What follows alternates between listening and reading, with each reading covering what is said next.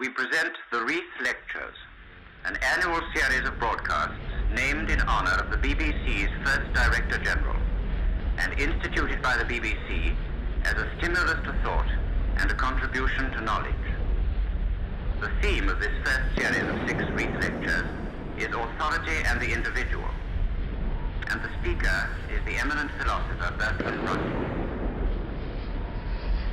The fundamental problem I propose to consider in these lectures is this: how can we combine that degree of individual initiative which is necessary for progress with the degree of social cohesion that is necessary for survival? I shall begin with the impulses in human nature that make social cooperation possible. I shall examine first the forms that these impulses took in very primitive communities, and then the adaptations that were brought about by gradually changing social organizations of advancing civilization.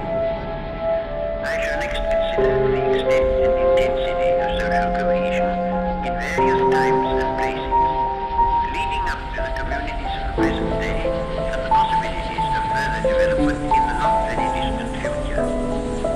After this discussion of social cohesion, I shall take up the other side of the life of man in communities, namely individual initiative, showing the part that it has played in various phases of human evolution, the part that it plays at the present day, and the future possibilities of too much or too little initiative in individuals and groups. I shall then go on to one of the basic problems of our times, namely the conflict which modern technique has introduced between organization and human nature, or, to put the matter in another way, the divorce of the economic motive from the impulses of creation and possession.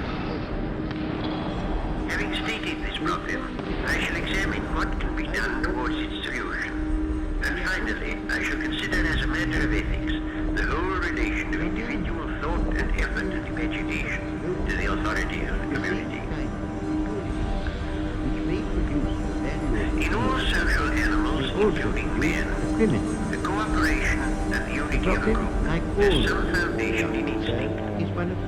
This is most complete in ants and bees, which apparently are never tempted to anti-social actions and never deviate from devotion to the nest or the hive. Up to a point, we may admire this unswerving devotion to public duty, but it has its drawbacks. Ants and bees do not produce great works of art, or make scientific discoveries, or found religions teaching that all ants are sisters.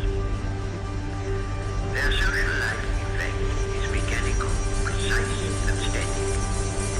We are willing that human life shall have an element of turbulence, if thereby we can escape such evolutionary stagnation.